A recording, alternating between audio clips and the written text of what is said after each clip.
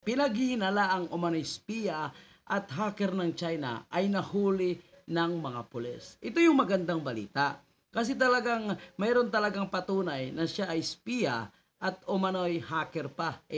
Malay natin, isa ito sa mga nag-hack ng mga official website ng ating gobyerno o yung mga ahensya ng gobyerno po natin, mga kabayan.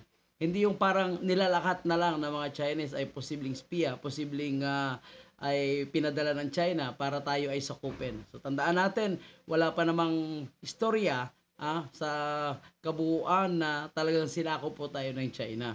So wag nating lahatin dahil tandaan po natin na ang mga Chinese ay nandirito mula pa nung kanununuan po natin para magnegosyo, para hindi po sakupin tayo. Kagaya ng isang imagination po ng isang congressman na pangalanan na lang natin na si Richard Gomez na ang kanyang paghihinala ay mukhang sobrang praning na ang kanyang pagkabanggit ay posible daw na ang mga Chinese na nasa Zambales ay padala daw ng China at espiya at baka isang aktivitang daw ay posibleng sakupin po yung buong Zambales dahil malapit ito sa West Philippine Sea. So yung mga ganyang klaseng imagination na sobra-sobra na at napapraning, hindi kasi maganda ang naidulot sa bawat Pilipino.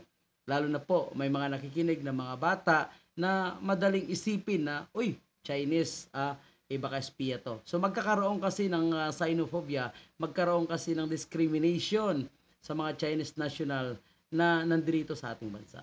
Kung nandirito man sila para magbisita, mamasyal, magiging turista, malaking tulong po yan sa ating ekonomiya. Magninegosyo sila, mag-aaral, malaking tulong po yan sa ating ekonomiya. Kaya hindi po natin dapat lahatin yung mga ganitong klaseng tao lang. Ng suspect na isa siyang espiya. Malugod namang tatanggapin ng PNP ang karagdagang tulong mula sa AFP. Magsasagawa rin sila ng forensic investigation sa mga gamit na nakuha sa Chido at aalamin kung banta ba ang mga ito sa national security. Ayan kung may mga gadgets na ganyan, may mga patunay, dapat talaga imbestigahan at alamin kung ano po yung purpose niyan. Ito ba talaga ay pang personal niya lang nagamit o isa siyang miyembro ng napakalaking sindikato na nandirito sa ating bansa o talaga pinadala siya ng gobyerno ng China para magtiktik sa ating bansa. So yan ang maganda at ang kagandahan po nito ay ang pulis po natin at ang AFP ay nagtutulungan para sa mga ganitong klaseng situation. Dahil nai-involve po dito yung national security po natin.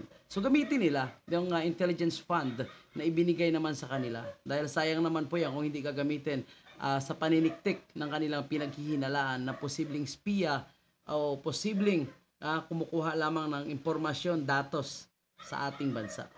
Nakipag-ugnayan na ang PNP sa Chinese Embassy tungkol sa suspect. Isinailalim na sa inquest ang Chinese.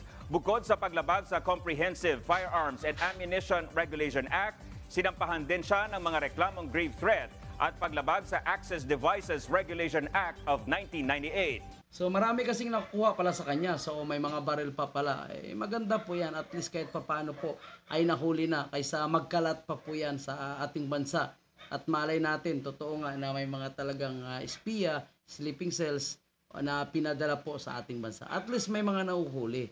At dito natin malalaman kung talagang may kasabwat pa sila o marami sila. Pipigain po ng police at ng armed forces po natin. Huwag yung puro haka-haka na lang, kagaya ng ginagawa ngayon ng Senado. Itong si Senator Risa Ontiveros na puro na lang paratang kay Mayor Alice Go at pati yung kanyang tunay na pagkatao ay hinalungkat na. Hindi naman kasama po actually sa kanilang investigation, which is ito po yung Philippine Offshore Gaming. Na kung tutuusin umano, itong si Mayor Alice Go ay maliit lang po yan ang pugo dyan sa Banban. Ang malaki daw nasa Cavite. So bakit hindi nila iniimbestigahan?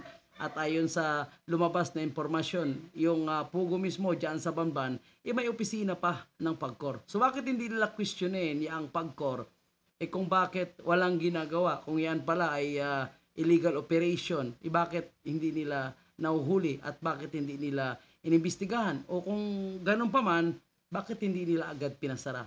Nag-antay pa na lusubin ito at inspeksyonin ng mga otoridad. Di po ba? So, posibleng may sabuatan din yung nasa PAGCOR at yung mga nasa illegal operation ng Philippine Offshore Gaming. So maraming salamat po sa ating mga pulisan at least nagiging alerto po sila sa mga ganitong klaseng posibleng banta sa seguridad ng ating bansa. Saludo po tayo sa ating mga pulis at kasundaluhan na mga nagtatrabaho ng maayos. Maraming salamat at yan lang po yung ating panibagong update.